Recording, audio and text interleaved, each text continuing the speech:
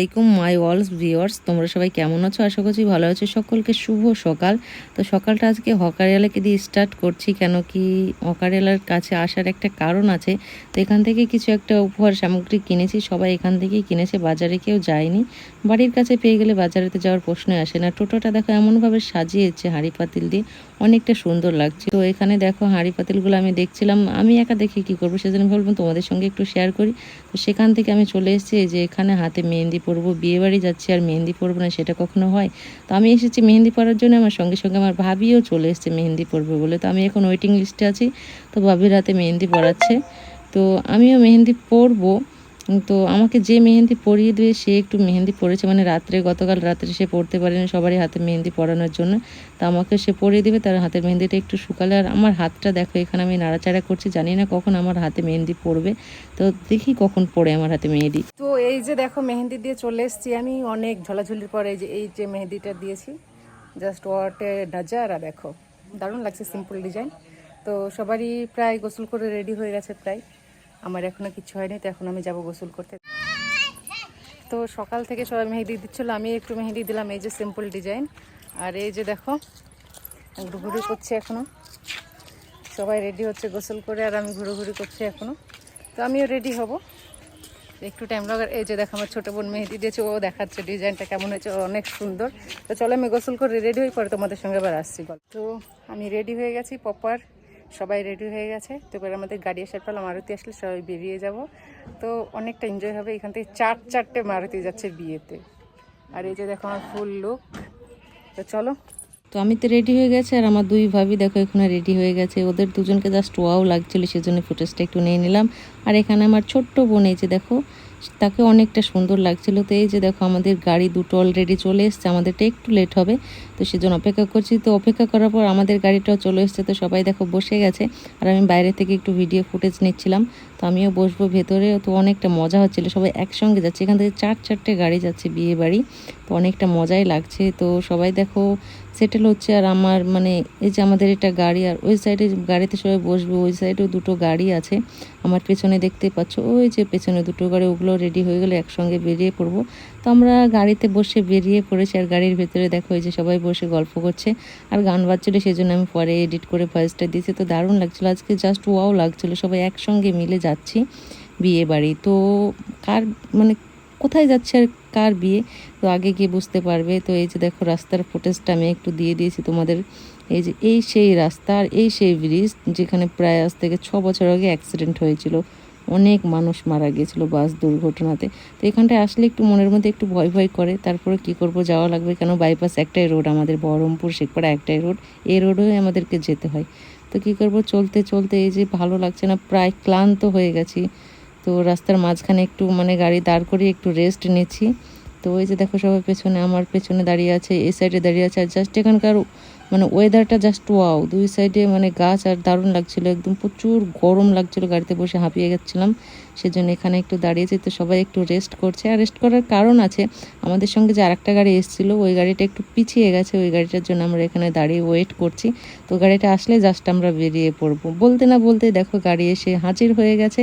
তো আমরা সবাই এবার গাড়িতে বসে বাস রেডি, মানে গাড়িতে বসলে বাস রওনা দিয়ে দেবে একসঙ্গে তিনটে গাড়ি। আর আগেরটা একটু আগে চলে গেছে, আগে গিয়ে আমাদের জন্য অপেক্ষা করতেছে। চলো সবাই আমরা বসে যাই, বসে গিয়ে আবার গাড়ি আমাদের ছাড়বো।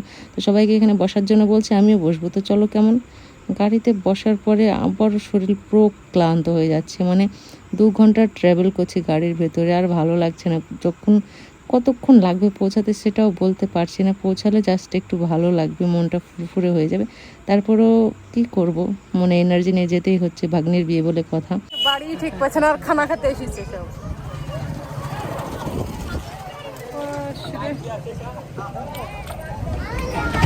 চলো চলো, আমার সাথে আসাটা ঠিক না, না গোটা রাস্তায় মানুষ।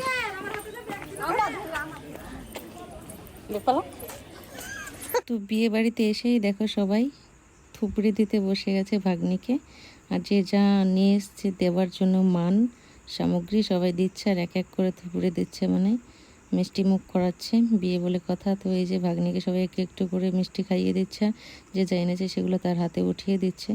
তো অনেকটা সুন্দর লাগছিল, মানে বিয়ে বলে কথা, এনার্জি লাইফে ফার্স্ট টাইম আমি দেখছি এরকম বিয়ে অ্যাটেন্ড করছি। তো ভালোই লাগছে। আমি তেমন একটা কোথাও যাই না, ঘোরাঘুরিও খুব কম করি। তো এই কী জানি মনে টানলো, সেজন্য চলে আসলাম বিয়েবাড়িতে। তো ভালোই লাগছিল আমার আসার পরে, এখানে সবাইকে দেখছি আর এত আনন্দ উল্লাস, মনটা জাস্ট ফুরফুরে হয়ে গেল। তো একে একে সবার দেওয়া শেষ, এবার আমার আসবে পালা। তো আমি কাউকে কোনোদিন থুবড়ে খাইয়ে দিইনি, জাস্ট প্রথম খাইয়ে দিচ্ছি। তো আমার মনের মধ্যে কেমন একটা করছিল, হাতটা কাঁপছিল, তারপরে আমি খাইয়ে দিলাম।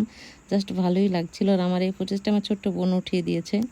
তো থুবড়ে দেওয়ার পর চলে এসেছি খাওয়া দাওয়া করার জন্য, কেন কি দুপুর হয়ে গেছে, 1টা বেজে গেছে, খাবো সেই জন্য চলে এসেছি। আর এই যে দেখো ছাদের উপরে প্যান্ডেল করেছে, প্যান্ডেলটা জাস্ট ওয়াও লাগছিল দেখতে। আর এই যে এই সাইডটায় বসবে বরপক্ষ, সেজন্য বসার জায়গা করেছে, এখানে বরপক্ষ বসবে। আর এই সাইডে দেখো মানুষের খাওয়ার জন্য টেবিল চেয়ার বেরিয়েছে, মানে এখানে খাওয়ার আইটেম হবে। তো সবাই দেখো বসে গেছে খাবার জন্য, আর আমি একটু ভিডিও ফুটেজটা নিচ্ছিলাম তোমাদের দেখানোর জন্য। তো জাস্ট ওয়াও লাগছে, এগুলো সব আমাদেরই টিম, আমরাই এতজন।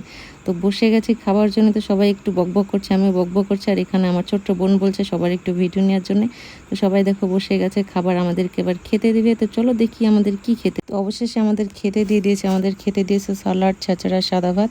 আর বিয়েবাড়িতে আরও অনেক আইটেম আছে, সেগুলো এখন দেখাতে পারছি না। তো খাওয়া দাওয়া শেষ, সবাই এখানে বসে বসে আরাম করছে। এই যে সব আমাদের গ্রামের, সব আমরাই। তো খাওয়া দাওয়া শেষ করে টাইম কাটছিল না, সেজন্য একটু ফাজলামি করছিলাম। আর কে কি মেহেন্দি পরছে ডিজাইন, সেটা একটু দেখছিলাম।